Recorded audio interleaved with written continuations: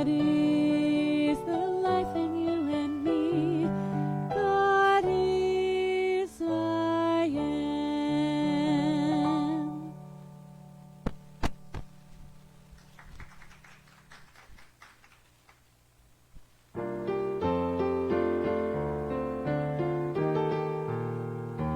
I am beautiful. I am powerful. I've let go of my past and celebrate who I've become. I am beautiful. I am powerful. And I celebrate who I am. I am beautiful. I am powerful. I've let go of my past and celebrate who I've become. I am beautiful. I am powerful. And I celebrate who I am.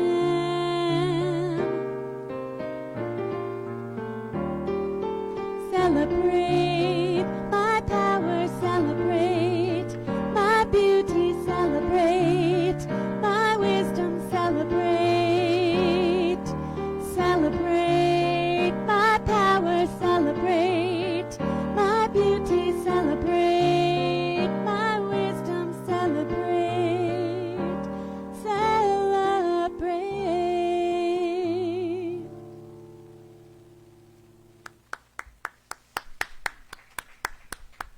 Wow, I hope you all are clapping from home.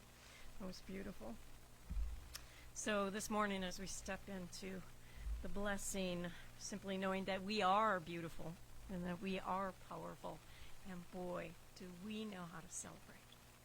So it's in this excitement and this gathering that we simply take a moment to bless this center, this state, all the people who have stepped forward today to make this production happen, whether it's in the sound or the music or the message or ringing the bell. It's all a blessing to us. Blessing those kids that we miss every day, and of course blessing each and every congregant that soon we'll get to see your faces, and a special blessing for those of you who may never have been here. We carry you in our heart as well. So please help me anchor this by saying, and so it is. Well, good morning, everybody. Welcome to the Alaska Center for Spiritual Living. For our candles today, the first candle I want to light to honor everyone who's kind of doing something a little special for someone, whether it's maybe visiting somebody who doesn't get out, or maybe it's delivering cookies to your neighbor, or maybe it's just, simple act of checking in. We're lighting the candle today for those little acts of kindness that we all can do.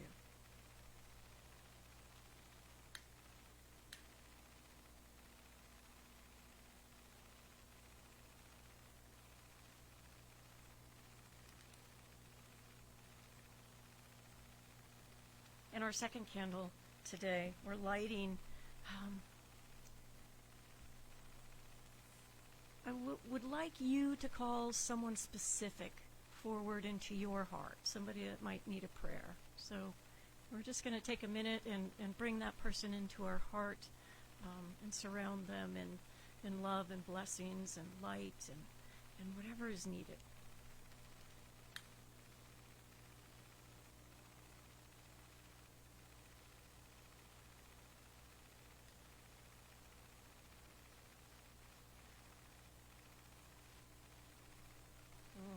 Thank you so much for joining me on that. And now, let's get a little rowdy wherever you are. Our purpose, vision, and mission statements. Our purpose, we awaken and inspire love and oneness. Now, our vision, we are an empowered, uplifting, inclusive community. And how are we going to do this? What's our mission? We teach spiritual transformation with grace and joy. I always see Judy when I'm doing that. Our sacred reading today is written by Eugene Holden. It's from Science of Mind magazine from February of 2017. You know, when it comes down to it, it really doesn't matter what others say or think of you. What is important is what you think and feel about yourself. So, who are you really? Are you trying to be someone everyone else says you're supposed to be? Are you behaving in ways that may please others?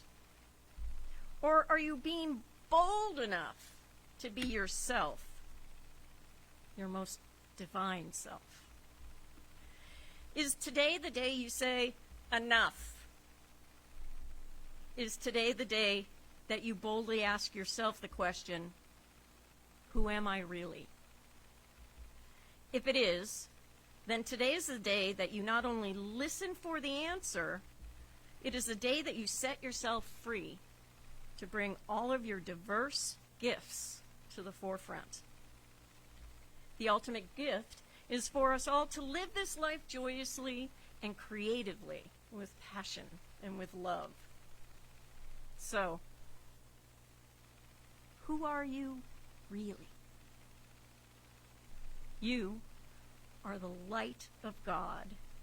You are the way that heaven meets earth. You are the brilliant illumination of pure spirit. But don't let me tell you who you are. You must know this for yourself.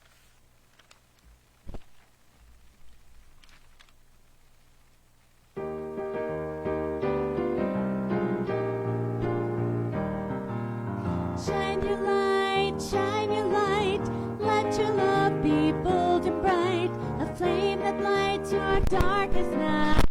Shine your light, be the best that you can be, shine for all humanity, love your neighbor, you and me. Shine your light, shine your light, shine your light, let your love be bold and bright, a flame that lights your darkest night. Shine your light. God is shining in my soul. Now I'm feeling full and whole, letting go of all control. Shine your light. Shine your light. Shine your light. Let your love be bold and bright, a flame that lights your darkest night. Shine your light.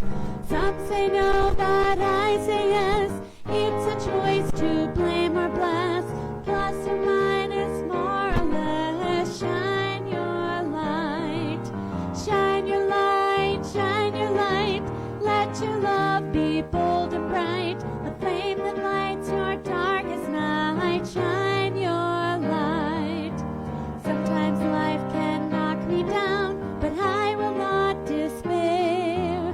When I fall, you lift me up with the power of your prayer. Here we go, now we start. Everybody has their part. Show the world what's in your heart. Shine your light. Shine your light. Shine your light. Let your love be bold and bright, a flame that lights your darkest night. Shine your light. Shine your light. Shine your light. Let your love be bold and bright, a flame that lights your darkest night. Shine your light. A flame that lights your darkest night. Shine your light. Woo! Shine your light, shine your light. That's nice. She sings and I don't. Good morning, everybody. Good morning. Yes, I love it.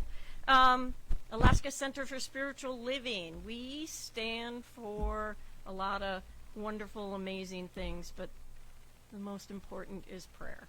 So, we are starting to see a lot more prayer requests come across through our website. So please, please, please know that that is available to you 24 hours a day. Whatever is on your heart, whether it be something you need to be held in spirit with or something you want to celebrate, send off an email and share it with us. Let us pray for you and whatever's going on in your life right now. If you're new to the center and you feel like going in and hitting the contact button, sending us your name and address, we'll go ahead and send you one of our newcomer packets. It's got some really cool stuff in it, but we also want to make sure that you feel very included what we're doing here. And now, so for announcements today, I'm so excited. So it's Pet Blessing time. Yes, I'm so excited. Woo! And I think it's just going to be great. So how do we do a pet blessing during the quarantine? Well, we're going to do a drive-through pet blessing in our parking lot. So it's going to be May 31st. We're going to start about 12:30. We're going to do an hour, 12:30 to 1:30. It's going to be on the e-blast, and we're going to put it in the website and do a little bit more of how we're going to rotate people through. But yeah, so put on your calendar, May 31st, Sunday, 12:30, our parking lot. Bring your pet, and we will come to your car and bless our pets. This is going to be fun. I have one other announcement. Oh, my God. It feels like it's been a really long time. But in reality, it's been a snap of the fingers. Our 4 practitioner students are sweating profusely right now because they're going to be doing that really big, huge written test on the 30th. So if you don't mind throwing them into your prayers as they go into this really vital, important piece of their studies. Zoe, Stevie, Judy, and Stevie. Oops, I missed it. Bob! Stevie, I put you in there twice, but Bob. So surround them and just know for them that their journey is coming to the point where they get to be licensed. So now we are going to go into special music, and I think that we've got something very special to present for you today. Hello, ACSL family. My name is Blaze Bell. I am a local singer and advocate and a new team member here at the center, and it's such an honor that you're allowing me to sing for you today. I believe that one of my biggest missions on this earth is to change the generational patterns in my family line, to help break the painful cycles that have just been going on for too long. And I'm sure a lot of you understand that and are trying to do the same for your family. And I feel that the more healing I do, the more I'm healing my mother and my grandmother and my daughter at the same time. So this is a beautiful song written by India Ari. If you don't know her, go find India Ari. Her music and her lyrics are beautiful and really resonate with the spiritual living practices. So I hope you enjoy this. Thank you. I am light, I am light. I am light, I am light, yeah. I am not the things my family did. I am not the voices in my head. I am not the pieces of the brokenness inside. I am light. I am light. I am light. I am light. I'm not the mistakes that I have made, or any of the things that cause me pain. I am not the pieces of the dream I left behind. I am light. I am light, yeah. I am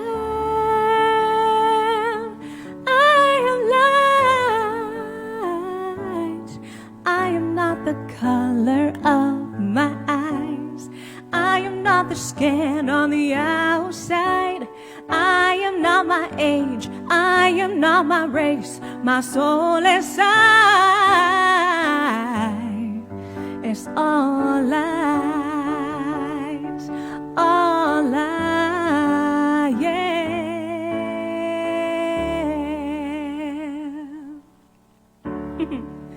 Ooh,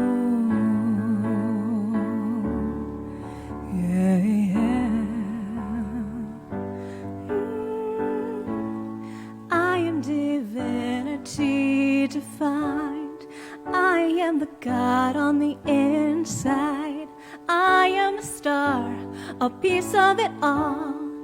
I am light. I am light.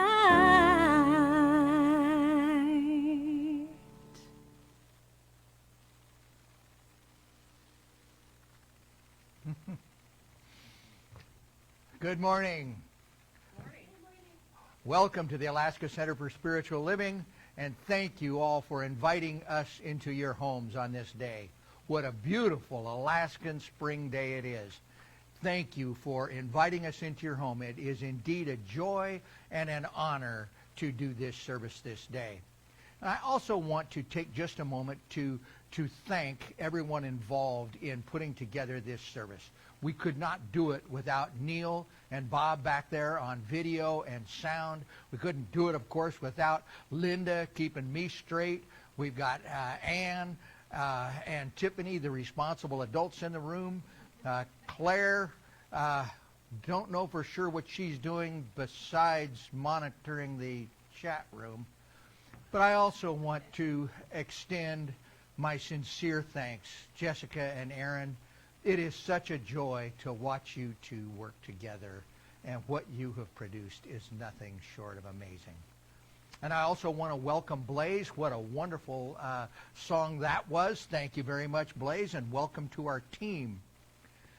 Sometimes I like to start with a story, and today I think the story I'd like to start with is the story of David and Goliath. This is a story I'm sure most of you have heard. It's a story of a little shepherd boy who was sent by his father to take lunch to his brothers who were bigger and stronger, and the warriors. They were out preparing for battle against the Philistines. And so they sent the little shepherd boy to take him lunch. And he arrived there, and he was delivering lunch to his big brothers, and he wondered really what was going on, and then he heard this terrible booming voice challenging the Israelites to come out and fight. And all of the Hebrew men were shrinking back in terror. And he looked out, and there is this giant. This guy is over 9 feet tall. And when you think about it, average height in those days was below 5 feet. So this was like double the height of all of the other people, and he was big and strong, and he had muscles, and he had armor, and he had a huge sword, and he was just this big, mean, tough warrior, and he was challenging any of the Hebrews. We'll just settle this one-on-one, man-to-man. And if I defeat you, then you will be our slaves, and if you defeat me, then we will be your slaves. And that guy had been coming out twice a day for 40 days challenging the Hebrews. And the Israelites didn't respond. They never put anybody up. And this young shepherd boy asked why not, and said, well, who wants to go fight that guy? And he made a profound statement at that point. He said, I'll do it. And he went up to King Saul and he says, I'll fight this guy. And Saul said, what?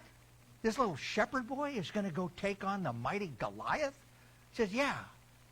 What makes you think that you can beat him? And what David said was profound. He said, yeah, he may be big, he may be strong, he may be all of those things. He's the greatest warrior of ever. But I have God. I have faith in my God. And with that, Saul allowed him to go. And first they tried to put King Saul's armor on little David, and he couldn't even walk with his heavy armor. He says, leave all that behind. And he walked out into the plains, the battlefield, with nothing more than his little slingshot and his little shepherd's pouch. And Goliath looked down and said, what is this, a joke? You send a boy after me? Are you trying to humiliate me? What is this? This is no challenge. I will kill him instantly. And he started to go toward David, and David put a rounded stone in his little sling, and he spun it, and boom, he got old Goliath right between the eyes. I could just see the Howard Cosell of the day. Down goes Goliath. Down goes Goliath. And with that, David proceeded to walk up. David didn't even have a sword, so he took Goliath's sword away from him and cut off his head. Now that put him down for the count. Now, you may wonder what that story has to do with my talk today. The title of my talk is You Are Enough. And my 3 points are, each of us has unique gifts and talents in this world. Then I want to talk a little bit about what I call zones of expression. And thirdly, I'm going to challenge everyone to take the big leap. So, we start off. Each of us has unique gifts and talents. In our textbook, the Science of Mind book, Ernest Holmes wrote, "The mind of man is the same part of the mind of God. Therefore, it contains within itself unlimited possibility of expression and expansion." In a little bit more simple English, Gene Houston wrote, "We all have the extraordinary coded within us, waiting to be released." We all have the extraordinary coded within us, waiting to be released. Each one of us has unique talents and gifts, and we are all coded to perform magnificent feats in this world. But you say, wait a minute, Reverend Don, I don't have the talent to do that. I don't have the strengths. I come from the wrong family and the wrong side of the tracks. They'll never let me into that group. I don't have that creative spark within me. I don't have good looks. I'm not some big handsome guy. I don't have the intelligence. I'm not tall enough. I don't have the right personality. You know, if you're going to be that big executive, if you're going to do that, you need to have the type A personality, charge, take over personality. That's just not me. And I don't have the education. Well, to get that, you need to at least have a master's, probably a PhD, and heck, I don't even have a bachelor's. So I can't do any of those things. And we're constantly telling ourselves that we don't have the things that we need in order to be what we can be.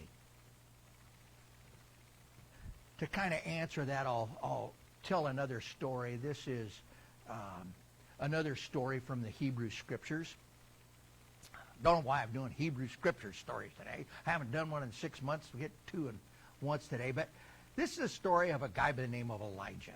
And Elijah was called upon by God to deliver a message to the king at that time. The king of the Hebrews at that time was, I think that was Ahab. And he was supposed to go to Ahab, who had fallen in bad practices. Ahab had begun to worship a golden idol. And so God sent Elijah to tell Ahab that unless he straightened out, he was going to descend a drought upon all of Israel. So Elijah followed the word of God, and he went out and he met the king. King didn't understand why this peasant was coming up to address him, but he allowed it to do. And the peasant said, "You need to stop worshiping this idol and return and praise the one true God. And if you don't, then all of Israel's going to go into a drought." And that King Ahab, he said, "Get out of here. What does this stupid peasant know? He doesn't know anything. Get out of here." And he ignored this warning. Well, the very next morning, there was no dew upon the grass.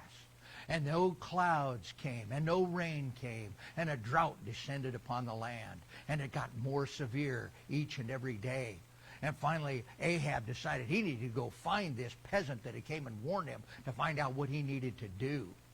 And so he sent out his armies to find this guy. Meanwhile, God says, "Hey, Elijah, you're kind of in trouble. We got Ahab after you and all of his men. I want you to go to this little brook out in the middle of nowhere. They won't find you, and you're going to be okay there. So you go out into this brook, and it's got good, fresh, clean, cool water, and I'll make sure that you get fed. I'll have ravens bring you meat and bread every day. So Elijah says, I guess that's what I'll do. So he found this little brook, and he went and he stayed in the little brook, and sure enough, the ravens showed up with meat and bread. It was kind of like they had Subway delivered every morning, and then again every night. And every morning and night, these ravens would show up with their Subway. He had a pretty good gig going. I mean, he had water and food. He had everything he needed. And this went on for months. Meanwhile, all of Israel was in this terrible drought, and things are getting worse and worse. Eventually, Ahab woke up and quit praising the golden idol and returned to praise God. But meanwhile, poor old Elijah is out there, and all of a sudden his little brook dries up. There's no more fresh, clean water coming in his brook. And then the ravens stop bringing Subway twice a day. And he's going, whoa, this is not good. So he says, God, there is no more ravens with food, and there's no more brook. And God says, that's because I want you to go to this town. It's not too far away. You can make it in a day or so. And you're to go in there and find this widow woman, and she will take care of you. So Elijah trudges off, and he makes it to this little town, and he comes in, and sure enough, right off the get-go, he finds this woman, and he said, I really need a drink of water. And so she brought him water, and he knew then that this was the widow woman that he was supposed to talk to. And so he said, the Lord has ordered that for you to take care of me here. And she says, sorry, can't do. She said, I have nothing except one little handful of flour and a little bit left in this vial of oil. I have enough to make one simple meal for my son and I, and then we will perish. And he says, trust me, the Lord will take care of you. You go make me a pancake with that oil and that flour, and there will be enough left for you and your son. And she did, as she was told. And so he got his little pancake. He was good to go. And sure enough, somehow there was a little more flour left in that flour bin. And wait a minute, a little more oil came out. You know, there's kind of a pattern here in these Hebrew stories. Always have enough oil. There seems to be a lot of oil. So it goes on, and ended up being that the flour never was consumed. It was never all used up. And the oil never ran out of the little vial. There was always enough. And eventually the story goes on, and the son dies, but Elijah was able to pray to God and was able to revive him to life. It's quite a story. But the point that I want to make out of this story is that what she said is, I have nothing except.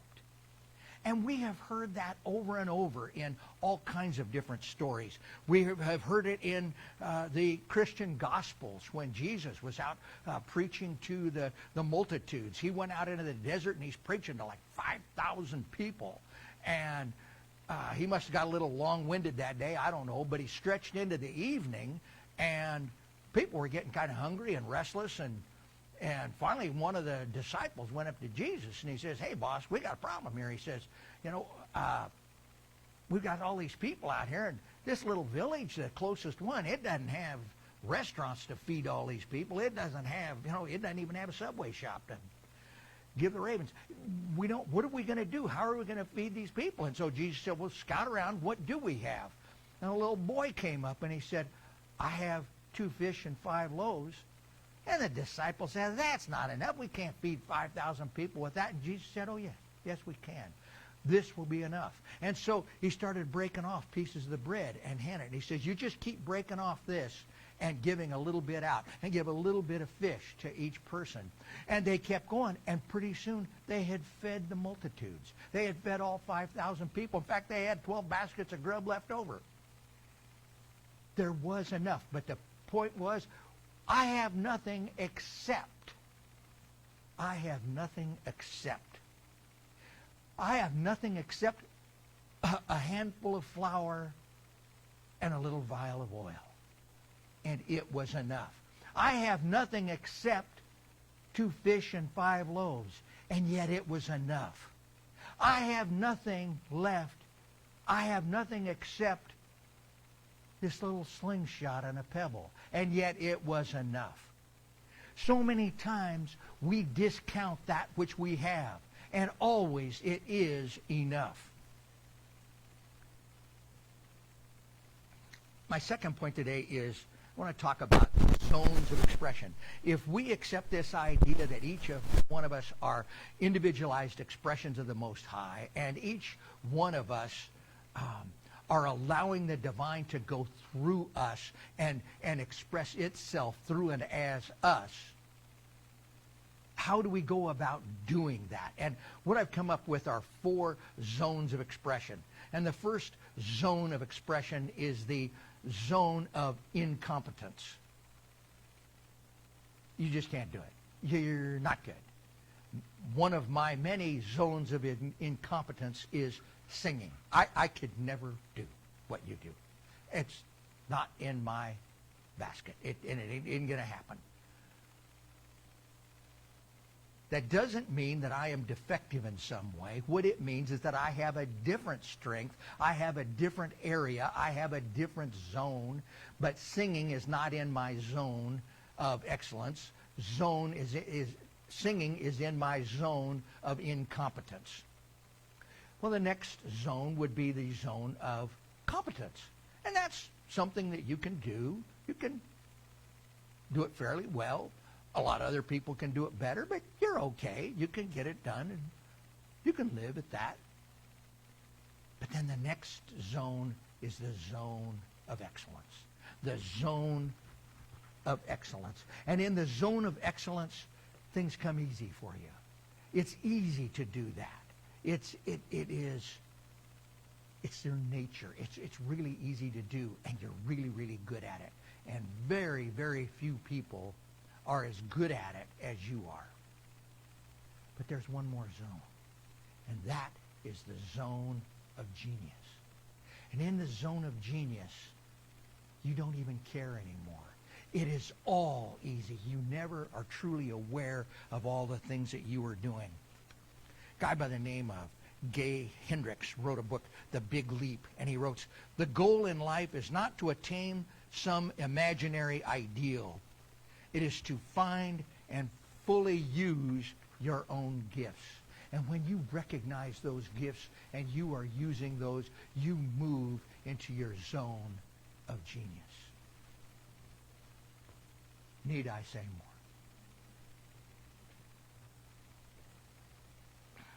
My last point, I challenge all of you to take the big leap. The big leap from your comfort zone, from your zone of excellence, and move into your zone of genius.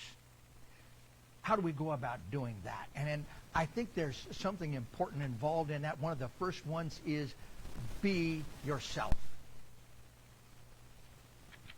Ernest Holmes, in a book called This Thing Called You, the 1948 version, wrote, "You exist that divine feeling, fire, imagination, and creativity may be expressed through you. The Spirit comes to you with a fresh and new creativity. You need not ask what others have done or how they have done it. Be yourself and express life as you find it. Never imitate. Trust the self.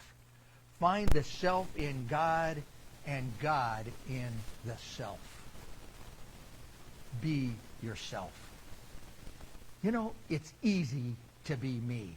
I've shared with you before, the first 2 years that I was here, I always tried to be a junior Roger Teal. I tried to be Roger Teal of Alaska. Roger Teal is a senior minister at Mile High Church in Denver. They've got a congregation of, I think it's like 6,000 or 8,000 people. It's this huge mega church, and he's just an amazing, amazing minister. He's retired now, but I tried to copy Roger Teal. I tried to wear the things that Roger Teal wore. If I had hair, I would have had it styled like him. But I tried to be a little miniature Roger Teal. That's the most work I ever did. You know, and what I came to the conclusion, I was a really crappy Roger Teal. It occurred to me that if I'm going to exist in this, if I'm going to be able to survive, I better quit trying to be Roger Teal and start trying to be Don Fleming. And maybe I could be the best Don Fleming I could be. And I urge you all to take that step. Don't imitate. It's easy to be me. It's really tough to be anybody else. There was a young man by the name of Shaquille Jackson. Shaquille Jackson. He's only 12 years old in Chicago. And at 12 years old, he has a nonprofit. His nonprofit is called the Project I Am. And his nonprofit collects small travel-size toiletries and puts them in bags for the homeless. Toothpaste, toothbrushes, deodorant, other things in travel sizes, and he gives those to the homeless. Well, since the COVID-19 thing has come and people are watching their distancing and everything else, he shifted his focus to seniors.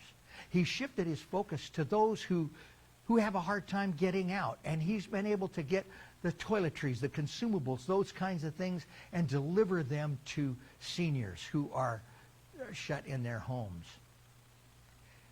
This morning in our candle lighting, our first candle was for those who give service to others. And I am so inspired by what I see in our country today. Yes, we've got the divisions. We've got those that want to open for the economy and run out and go to the bar. And we got those who really think we ought to take a cautious approach and continue to practice distancing and a certain degree of isolation and whatnot. But more importantly than that, what I see in this country today is people reaching out and helping one another. Touching in ways that they would have never done before. Touching in ways that actually make a difference in this world. And that's what I'm talking about. Be yourself. Don't try to be somebody else. Don't follow somebody else. Be yourself. And if that means helping those who need help, then do it. Do it. I don't think that was in the talk.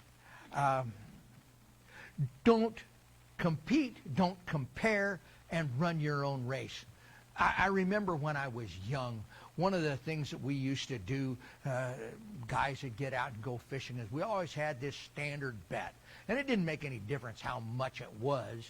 That was irrelevant. But everybody put in $1 or whatever. And we'd have a pot, and we'd have the first, biggest, and most. The pot would be split, and the guy that caught the first fish would get some, the guy that caught the most fish, and the guy that got the biggest fish. One day it occurred to me that all this competition among one another was really a waste of effort. The real competition is within ourselves. And that's the day that I woke up and realized that I don't care what I catch it with as long as I catch it with a fly. It doesn't make any difference what we do. It's the ethics behind it that matters to me. It's the release without hurting a fish. It is the being out in nature. It is being with people of like mind and being able to be in nature and tell the stories and do the stuff. That's what makes the difference. It isn't first, biggest, and most. That puts us into their race. And when we're competing in our race for our own self-satisfaction, then we can become that, all of what we can be. We can move into that zone of excellence. Now, that doesn't mean that we don't face challenges. We all have challenges in this world. We have the loss of a loved one or a close friend, or our best friend moves away, or we can lose our largest client. The loss can move us out of our comfort zone. I remember my days at GE. We had a blanket agreement with one of the big oil companies, and it was a really good airtight agreement, and it covered a lot of products. It was thin on margins, but boy, it was big on volume. And then one day we lost it.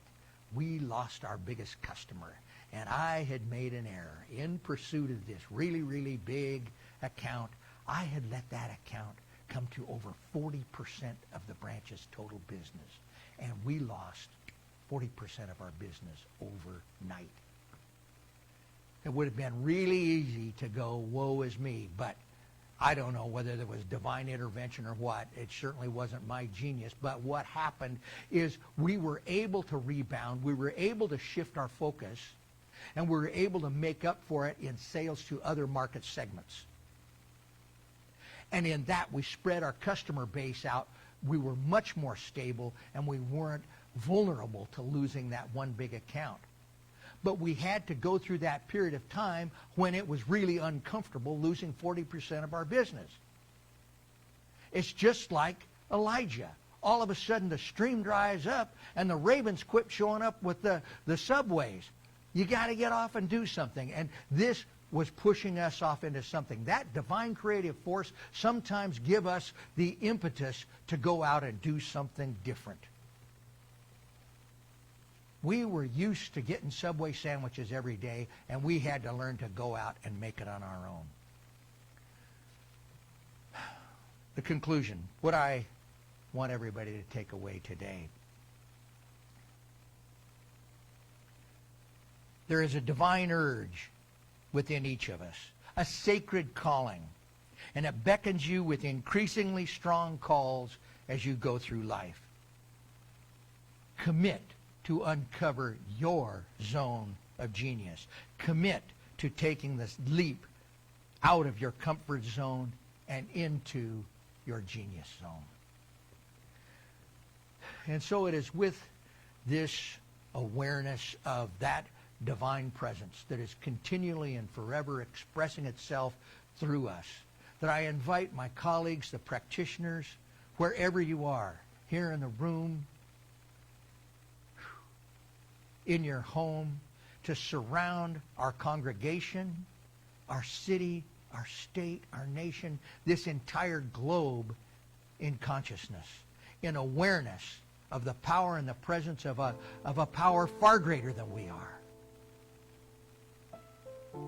of which we are a small part. And it responds to our thoughts. It responds to our actions.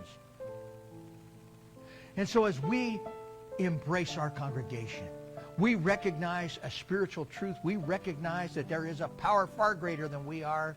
We recognize that that power is within each and every one of us, and that all of the effects, the things that we see today, are temporary. And they can be there to push us to a higher expression of ourselves, a higher expression of the divine within us. And so that thing that looks like an economic setback may be just exactly the same thing that it takes to expand our customer base. Maybe it is the thing that takes us to get out of the business altogether and put our energy in something else that is more in alignment with the truth of who we really are. For those of those who are experiencing health conditions, maybe, just maybe, that infinite intelligence, that divine creative force is expressing as something which is going to give us an immunity against diseases into the future. Just maybe there is something that we don't see. And for those of us who are experiencing separation from one another, separation from God, we can just simply know that that divine presence is within you. You can never be without it. And so now, during this time of isolation and separation, it's a time to turn and go within and recognize that infinite presence. And so we can just give thanks. We give thanks for our awareness of the power and the presence of God. And now we can just step back and allow life to unfold as we step in to our zone of genius. We give thanks, we let it go, and let it be, and so it is.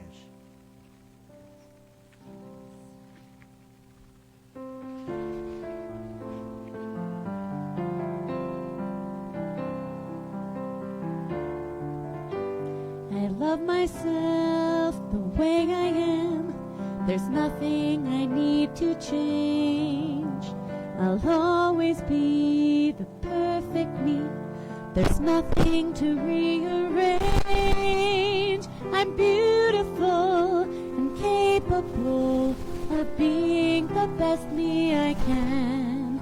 And I love myself just the way I am. I love you the way you are.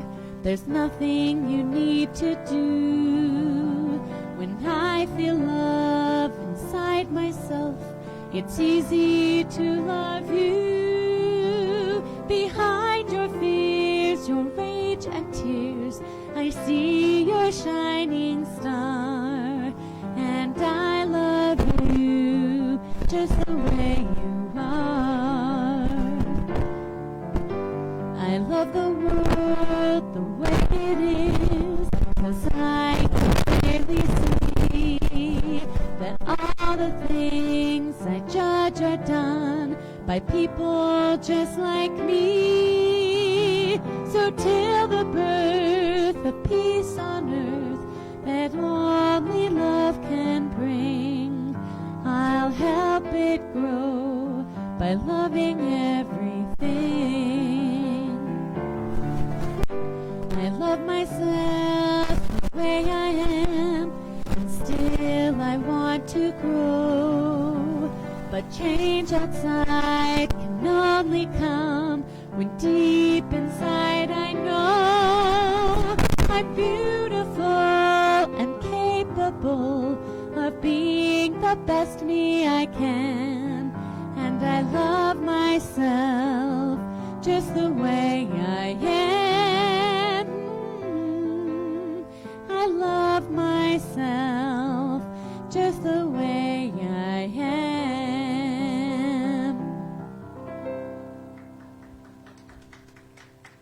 Oh, beautiful. Thank you two so very, very much.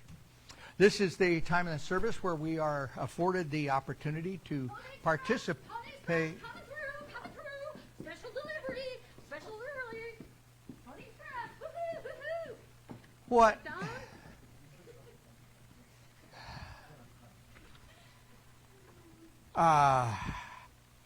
It appears the Pony Express has delivered one of the envelopes. The envelopes with the kisses on them are back. Look at this. Wow. For those of you who don't... And don't forget the affirmation. Thank you, Pony Express.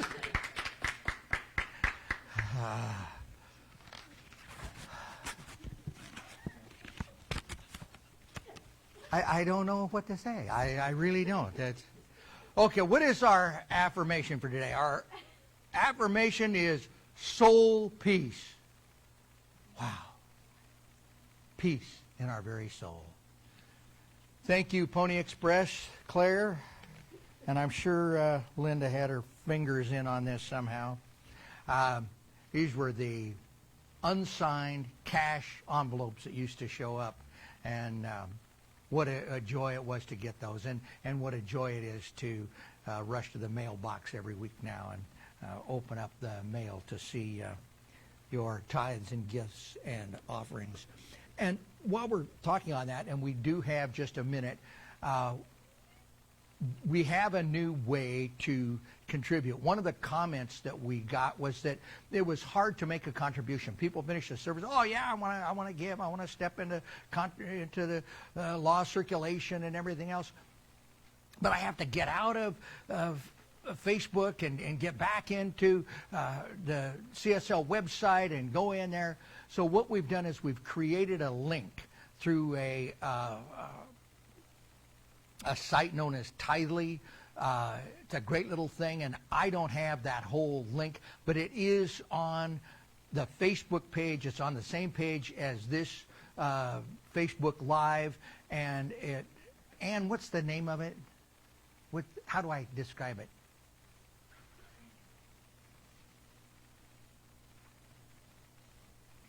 Tithely something. What?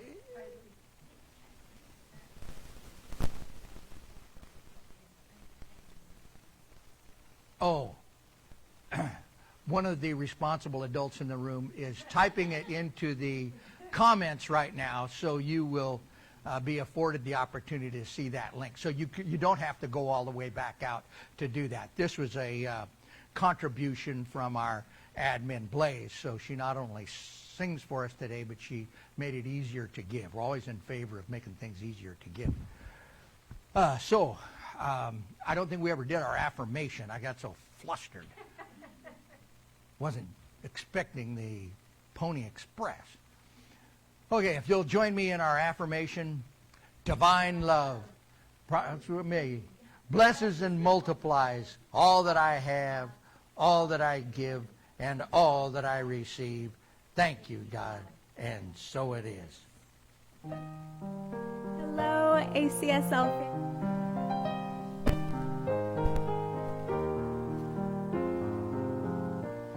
In this moment, in this place, I remember who I am, letting fear and worry fall away from me. I open my eyes and see there is only love. There is only love. Love that heals, love that sets me free.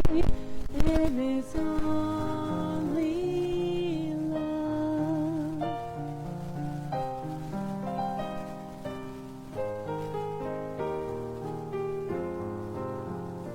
When I lose myself,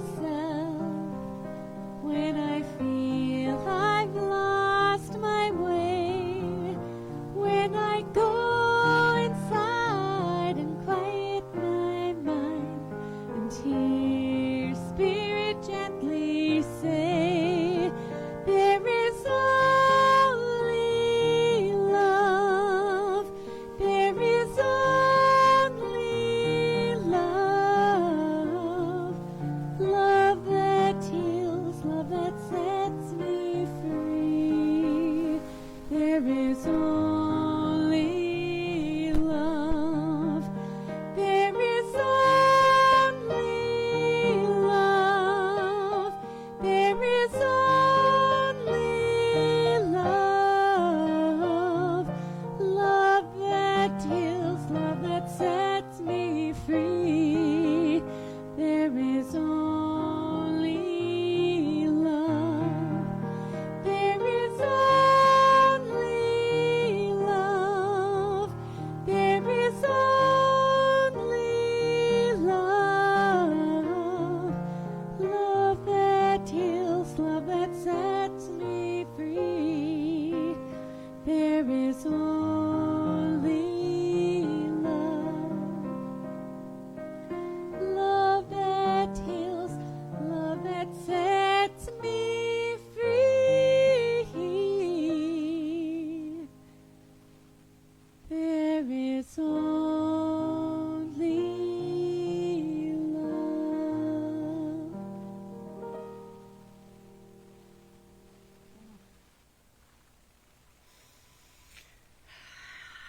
Give everybody a second to collect themselves after that. Because it's true. There's only love. So in closing today, repeat after me. I am enough. I am enough Because I have God. because I have God. And so it is.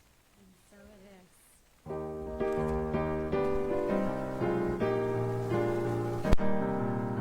Shine your light, let your love be bold and bright, a flame that lights your darkest night. Shine your light, let your love be bold and bright, a flame that lights your darkest night. Shine your light, shine your light, shine your light.